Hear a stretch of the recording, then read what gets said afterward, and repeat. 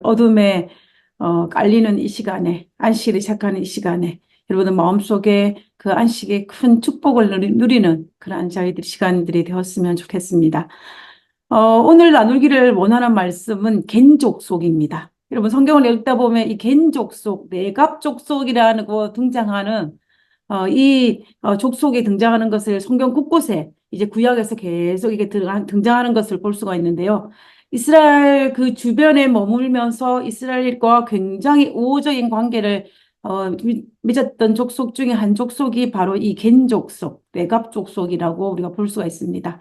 근데 이 레갑 족속이 이스라엘 백성 유대 민족이 아님에도 불구하고 이방 족속임에도 불구하고 그들이 순간순간의 그 선택으로 말미암아 하나님 주변에 머물고 그들이 하나님의 백성으로 살아가는 모습들을 우리는 성경 곳곳에서 등장하는 것을 우리가 발견하게 되는데요. 우리가 이 레갑 족속, 겐 족속에 대해서 오늘 이 시간에 한번 살펴보기로 합니다.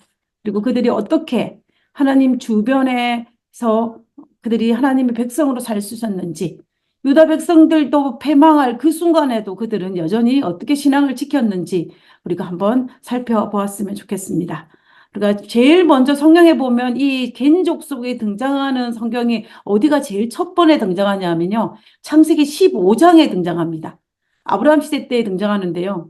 창세기 15장 18절에 보면 하나님께서 아브라함에게 그 약속의 땅을 다시 한번 재약속을 하시면서 그때 등장하는 것을 볼 수가 있는데요. 우리가 한번 살펴보도록 하겠습니다. 15장 18절입니다. 그날에 여호와께서 아브라함과 더불어 언약을 세워 이르시되, 언약을 이제 아브라함과 맺는 그 장면입니다. 내가 이 땅을 애국 강에서부터 유브라데 강까지 내 자손에게 주리라. 하나님께서 아브라함에게 약속하신 거죠. 그때에 19절에 보면 곧 겐 족속과 그니 족속과 감몬 족속과 그러면서 20절, 21절에 가면 뭐 가나안 족속 여러 가지 족속들이 이야기가 나옵니다. 그래서 하나님께서 아브라함에게 약속한 이 땅의 이방 족속이 몇 족속에 살고 있었냐면 10족속에 살고 있었어요. 그 중에 한 족속이 어느 족속이냐면 바로 이 겐 족속이었다라는 것을 우리가 알 수가 있습니다. 나중에 이스라엘 백성들이 출애굽을 거쳐 가나안 땅에 갔을 때에 그 가나안 땅이 6족속에 살고 있었다면 하나님께서 아브라함에게 약속하실 때에 그 가나안 주변의 그 땅은 10족속에 살고 있었다는 것입니다. 그래서 이제 우리가 그런 거 다 적히고 생각할 때 이 겐족속은 이미 아브라함이 이사 오기도 전에 그 애굽 땅에 그 가나안 땅에서 살고 있었구나라는 것을 우리가 알 수가 있습니다. 어느 민족으로요? 이방입니다. 이방 민족으로.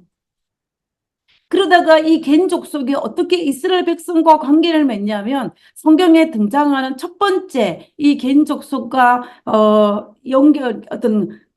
연결고리가 되는 사람은 누구냐면 모세입니다. 모세. 우리가 한번 살펴보겠습니다. 아마 이 부분은 여러분들이 잘 아실 거예요. 그리고 이스라엘 백성들의 출애굽 과정을 살펴볼 때에 이 모세가 이제 그 궁궐에 있으면 40년 동안 애굽에서 왕자로 살다가 살인을 하고 광야로 도망을 가지 않습니까? 그때 애굽 땅 라암셋에서 도망간 곳이 어디냐면 미디안 광야예요. 출애굽기에 보면. 이 미디안 광야인데 이 미디안 광야에서 살았던 그 족속이 누구냐면 바로 이 겐 족속입니다. 이 겐 족속에 살고 있는 이 미디안 광야에 모세가 도망을 쳐가지고 이곳에 간 것을 우리가 볼 수가 있는 것입니다. 그곳에서 누구를 만납니까? 우리가 이드로를 만나는 것을 알 수가 있지 않습니까? 우리가 사사기 1장에 보면 모세의 장인은 겐 사람이라. 모세의 장인이 이드로 르우엘이라는 사람인데 이 사람이 어느 족속 사람이라고 말했냐면은 겐 사람이라고 이야기하는 것을 볼 수가 있습니다. 자, 그러면 우리는 이것을 통하여서 알고 있는 것은 뭐냐면 모세가 어디로 갔냐면 미디안 광야로 갔고 이곳에 겐 족속에 살고 있었고 그때의 겐 족속 중에 미디안에 살고 있는 제사장이었던 이드로가 바로 모세의 장이었다는 것을 우리가 알 수가 있습니다. 그래서 모세가 여기 이드로 밑에서 40년을 양을 치면서 살았어요. 그러면은 우리가 모세의 생애를 살펴볼 때 미디안 광야에서 한 일 중에 가장 큰 일은 뭐냐면은 그가 양을 치는 일도 있었지만 창세기와 욥기서를 이곳에서 기록했습니다.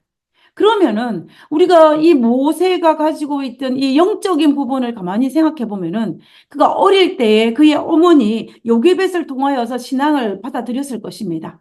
그러나 그가 40년 동안 이 애굽의 왕자로 살면서 그 왕의 교육을 받았기 때문에 어쩌면 많은 곳에서는 영적인 부분이 희석이 되었을 것입니다.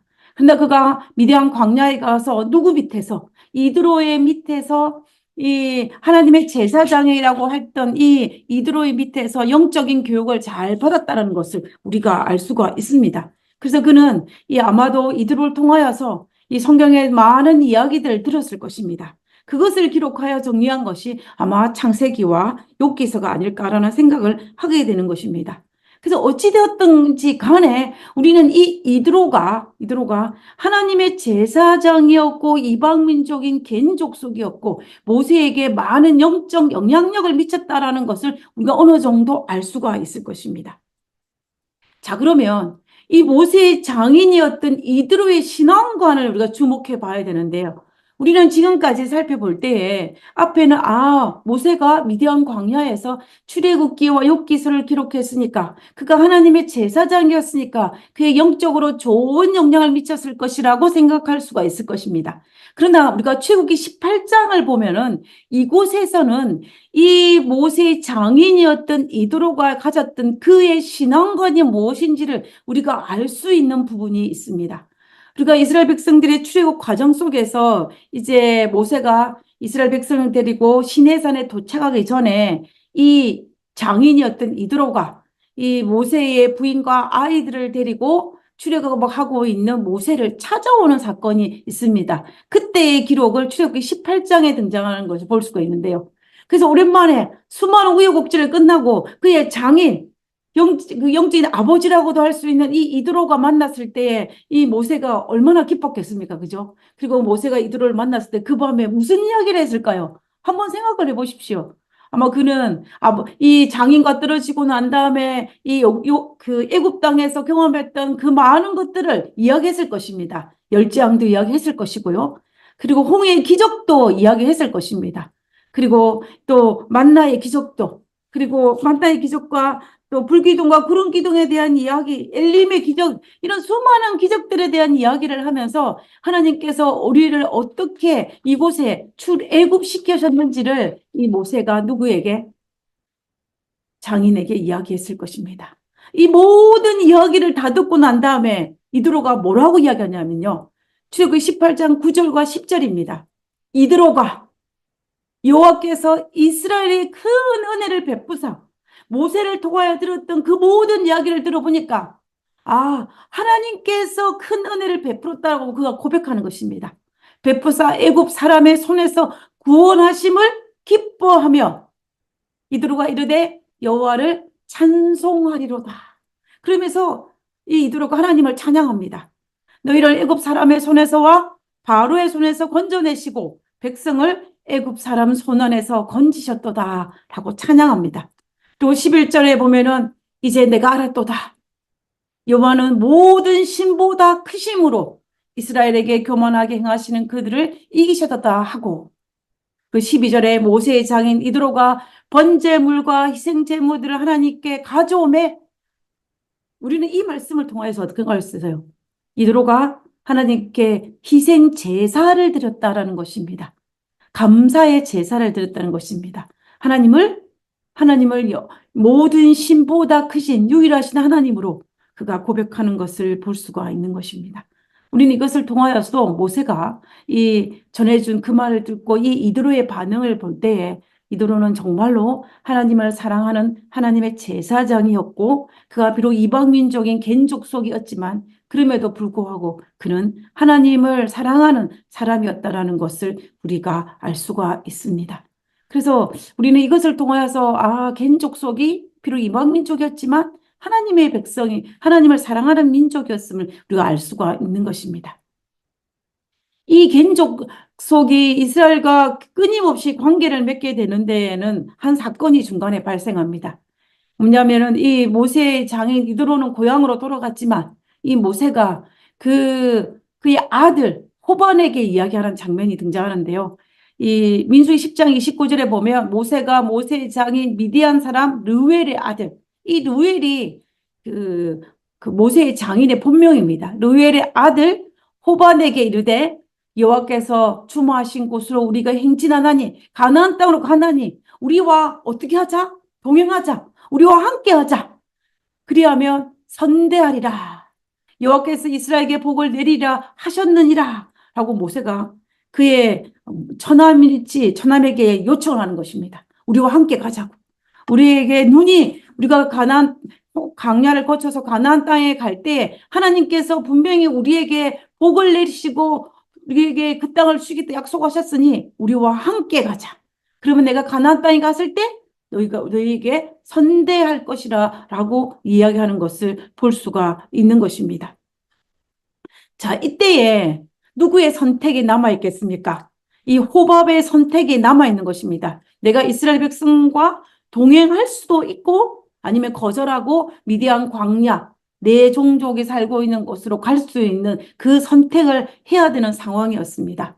우리가 민수기 10장을 읽어보면 처음에는 호밥이 거절을 해요. 나는 내 고향으로 돌아가겠다고.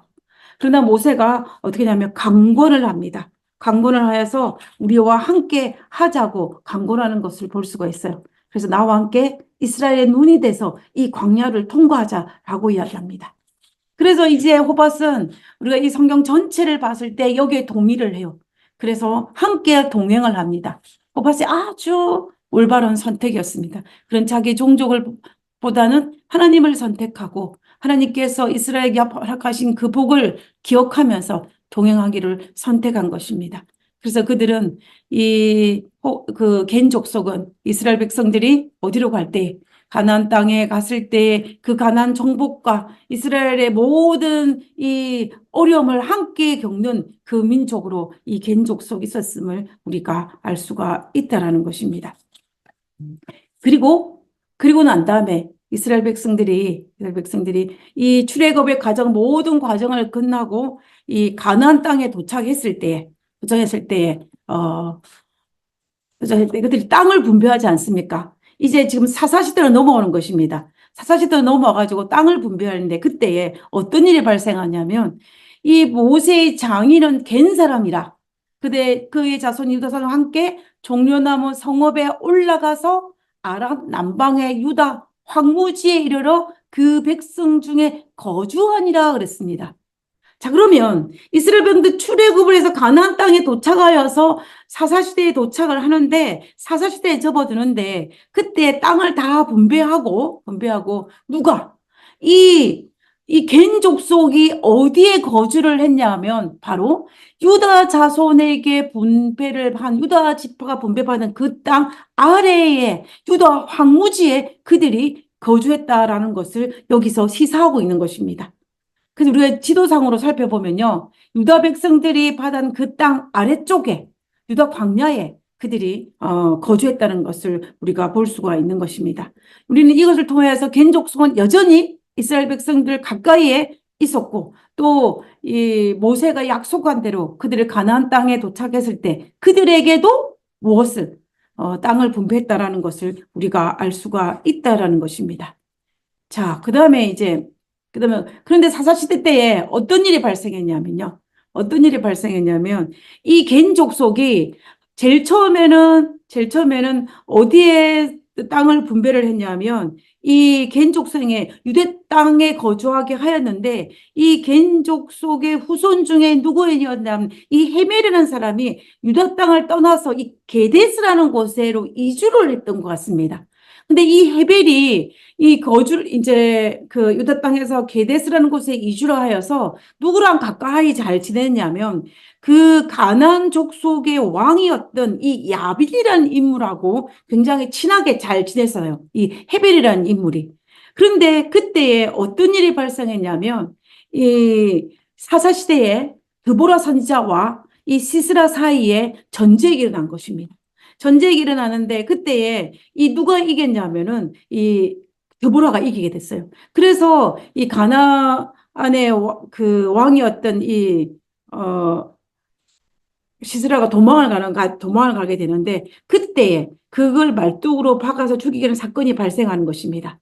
자, 이게 사상 21절에 보면 그가 깊이 잠드니 헤벨의 아내 헤벨이 아까 누구였습니까? 겐 족속이었죠. 그의 아내 야엘이 야엘이 그 적군의 왕을 어떻게 하냐면 적군함을 장막에 말뚝을 가지고 손에 방망이를 들고 그에게로 가만히 가서 말뚝을 그의 관자놀이에 박음에 말뚝이 삐뚤고 땅에 박히니 그가 기절하여 죽으니라라고 했습니다.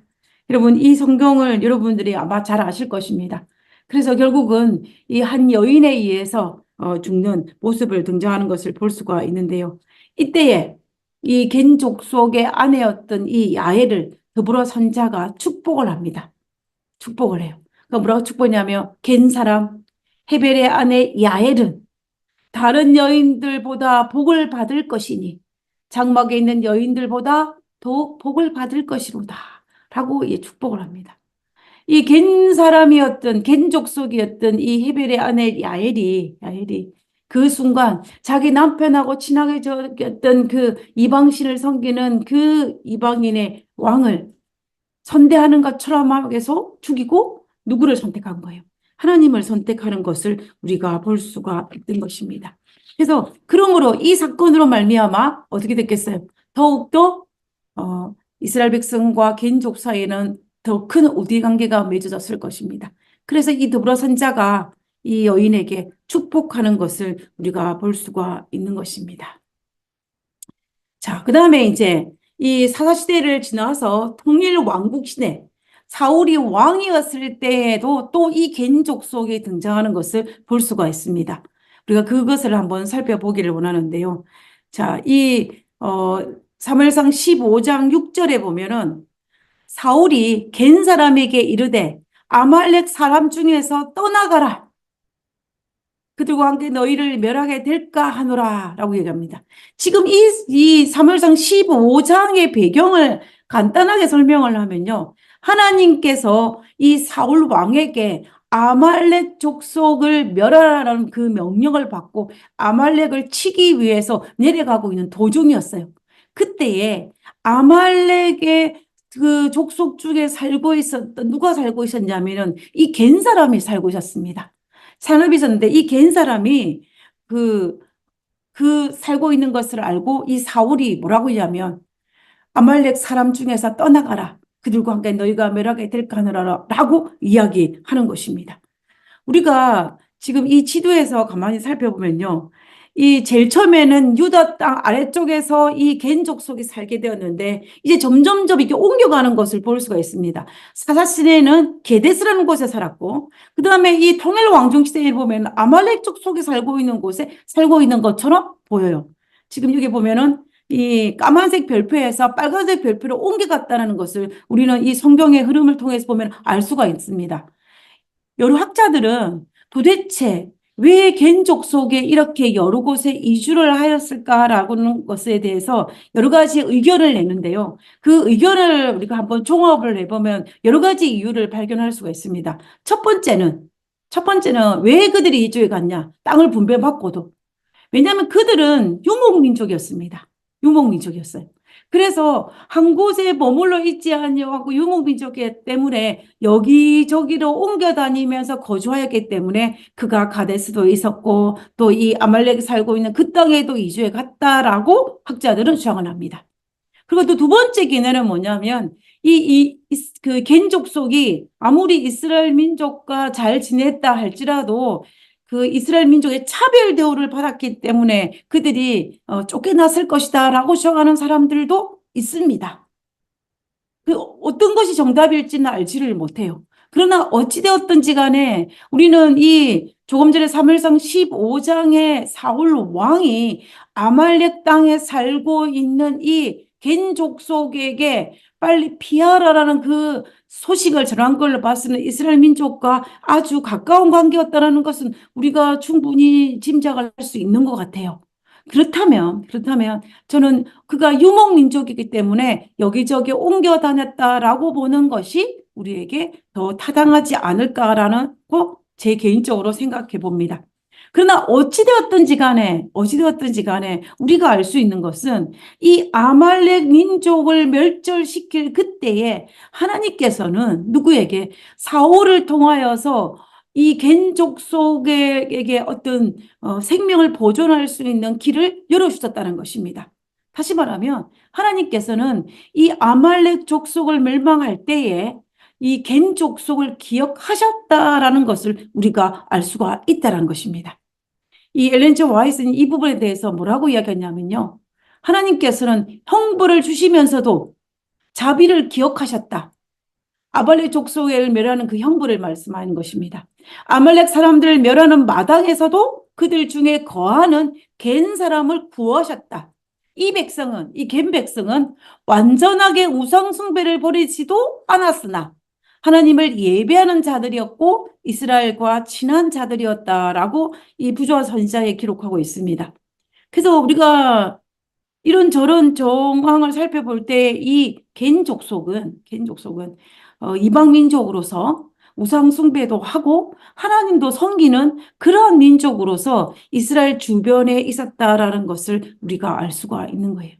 그러나 하나님께서는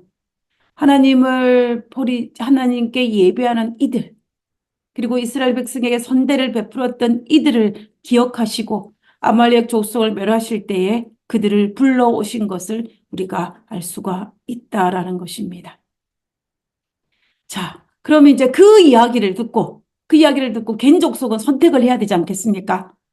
이제 널 떠나라 할 때 그 사무엘상 15장 후반부에 보면 이스라엘 모든 자손이 애굽으로 올라올 때 너희가 그들을 선대하였느니라. 겐 족속에게 이에 겐 사람이 아말렉 사람 중에서 떠나니라 라고 합니다. 그러면 이 겐 족속이 어떻게 한 거예요? 사울의 이야기를 듣고 사울의 말 듣기를 선택하고 아말렉 땅을 떠났다라고 사무엘 15장 6절에 기록하고 있는 것입니다. 우리가 여기에서 이 겐 족속의 이것을 선택하기는 것이 쉽다라고 보시면 안 돼요. 왜냐하면은 지금 이때 이 상황은 사울과 아말렉과의 전쟁에서 사울이 승리하였을 때가 아니에요. 사울과 아말렉 사이의 전쟁하기 바로 전이었습니다. 그때에 이 겐 족속이 가만히 생각해 보면 정치적인 거나 이런 주변의 모든 걸 살펴볼 때에 이 사울 왕의 말을 듣고 아말렉 사람 중에서 떠났다는 것은 자기 삶의 터전을 떠나서 이동했다라는 것은 누구의 말을 믿었다는 거예요? 아말렉 사람들의 말을 믿은 것이 아니라 사울 왕의 말을 믿었다는 것이고, 사울 왕의 말을 믿었다는 것은 무엇이냐면 바로 하나님을 믿었다라는 것을 우리는 알 수가 있다는 것입니다. 그래서 이 겐 족속은 우상 숭배도 하고 하나님도 섬기는 그 민족이었지만 그 결정적인 순간에는 누구를 선택한 거예요? 하나님을 선택한 것입니다. 그 결정적인 순간에는 비록 믿음은 연약하였지만 그 정말 선택의 기로에 섰을 때는 이 겐 족속이 하나님을 선택하고 그 아말렉 족속에서 떠나 그 족속을 보존한 것을 우리가 알 수가 있습니다. 선택이 얼마나 중요한지 몰라요. 우리가 인생을 살아다 보면 수많은 선택을 합니다. 큰 선택도 있고 작은 선택도 있고 여러 가지 다양한 선택들을 하게 되는 그 순간에 내가 무엇을 기준으로 선택하느냐에 따라서 우리의 모든 것들이 달라지는 것을 발견하게 되는데요. 바로 이 겐 족속은 정말 그 순간에 누구를 선택한 거예요? 하나님을 선택함으로 말미암아 이 겐 족속 그 민족을 멸절당하지 않고 보존할 수 있었다라는 것을 우리는 여기에서 기억해야 한다는 것입니다. 자, 그다음에 통일 왕국이 끝나고 난 다음에 이제 분열 왕국 시대로 넘어가 보도록 하겠습니다. 분열 왕국. 이제 그 사울 왕 이후에 북방 이스라엘과 남방 유다로 나누어지는 이 분열 왕국 시대 넘어가 가지고 또 이제 겐 족속이 등장하는데요. 그때에는 이 겐 족속을 레갑 족속이라고 그런 성경절에 등장하는 것을 볼 수가 있습니다. 겐 족속, 레갑 족속은 동일어예요. 같은 종족입니다. 자, 이것이 이제 레갑 족속으로 등장하는데요. 이 레갑 족속이 어떠했는지 한번 보겠습니다. 지금 이 그림에 나와 있는 것처럼 이 레갑 족속, 겐 족속은 이렇게 유목민족이에요.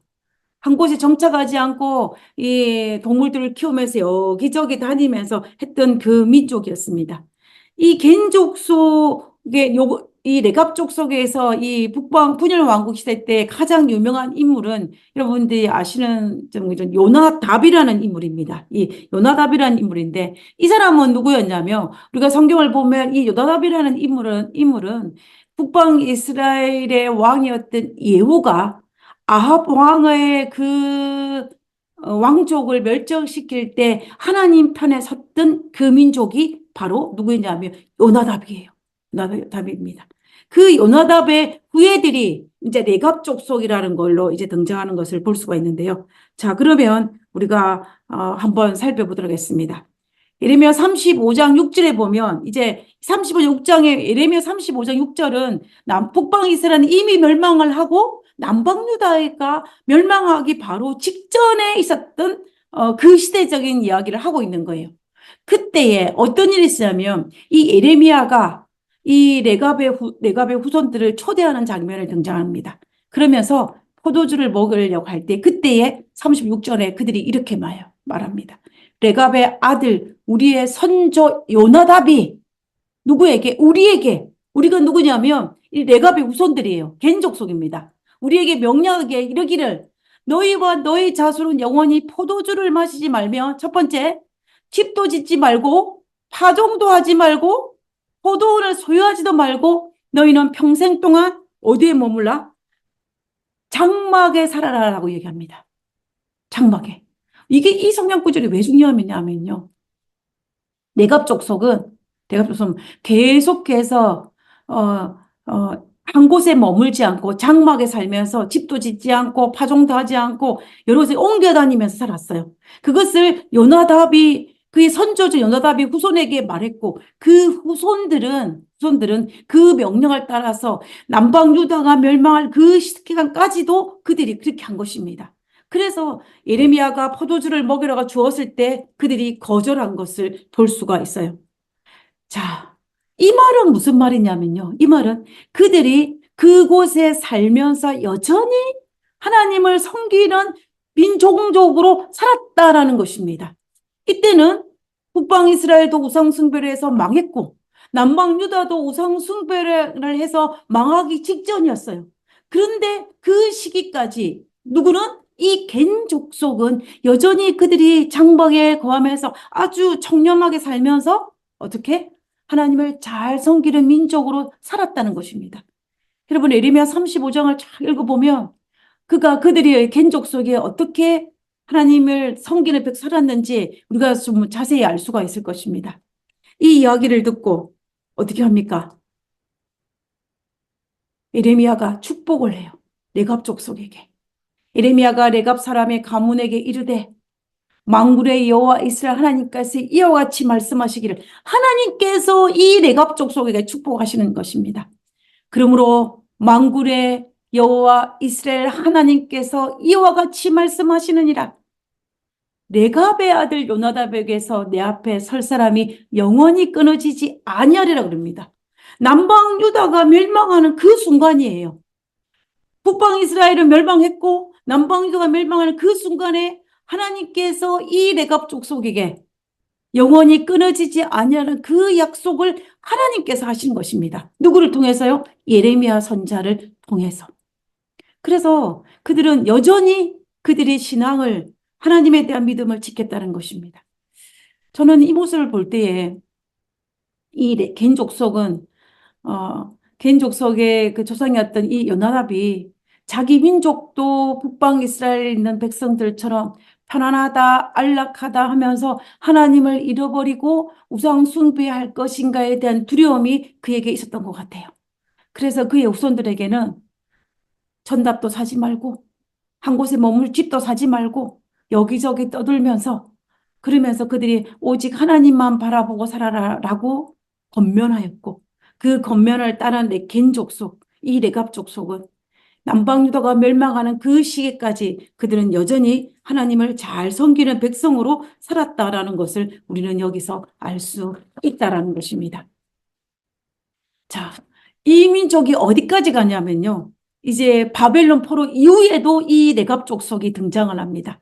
이스라엘 백성 남방주가 멸망을 하고 바벨론의 포로 잡혀갔다가 다시 돌아왔어요.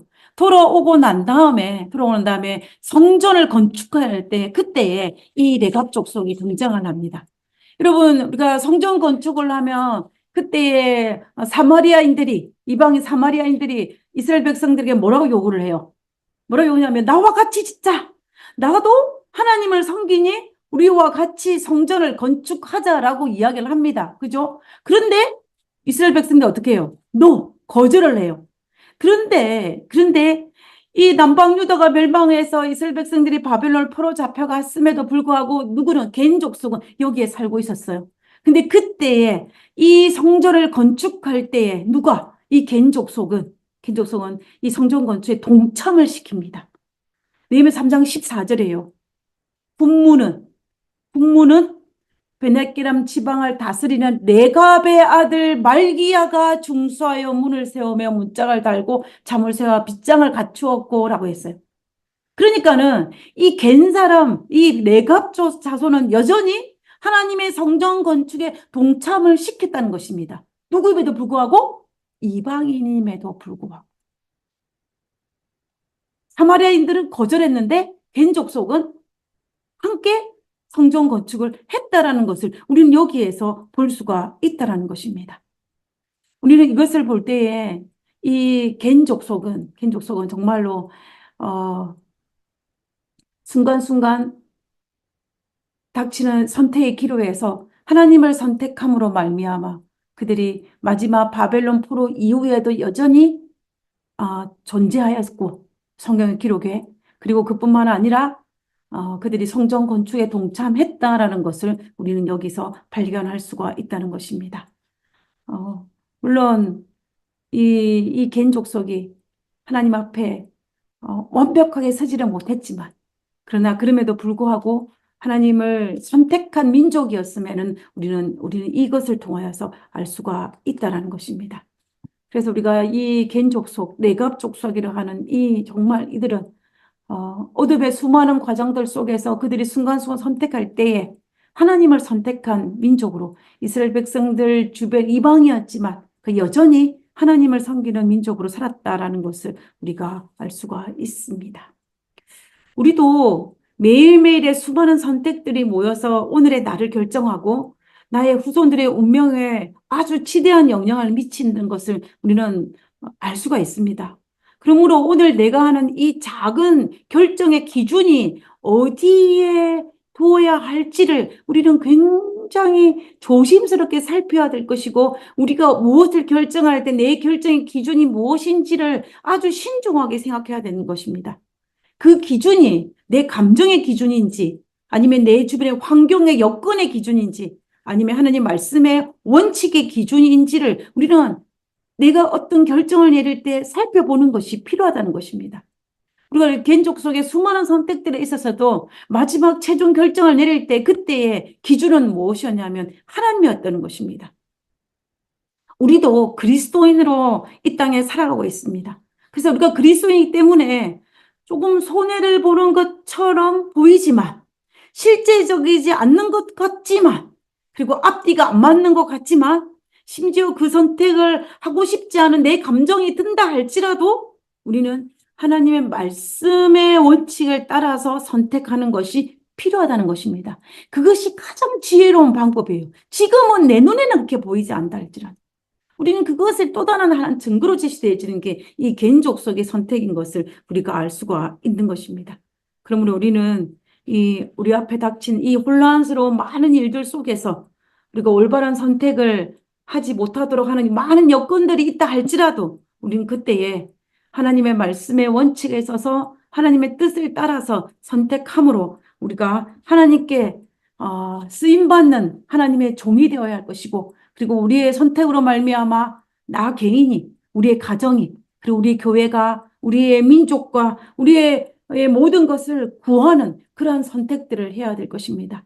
그때 하나님께서는 우리에게 이 개인족 속에게 내렸던 그 축복을 우리들에게도 허락하여 주실 것입니다. 하나님께서 우리의 선택에 함께 하시기를 간구하며 오늘 말씀을 마치고자 합니다.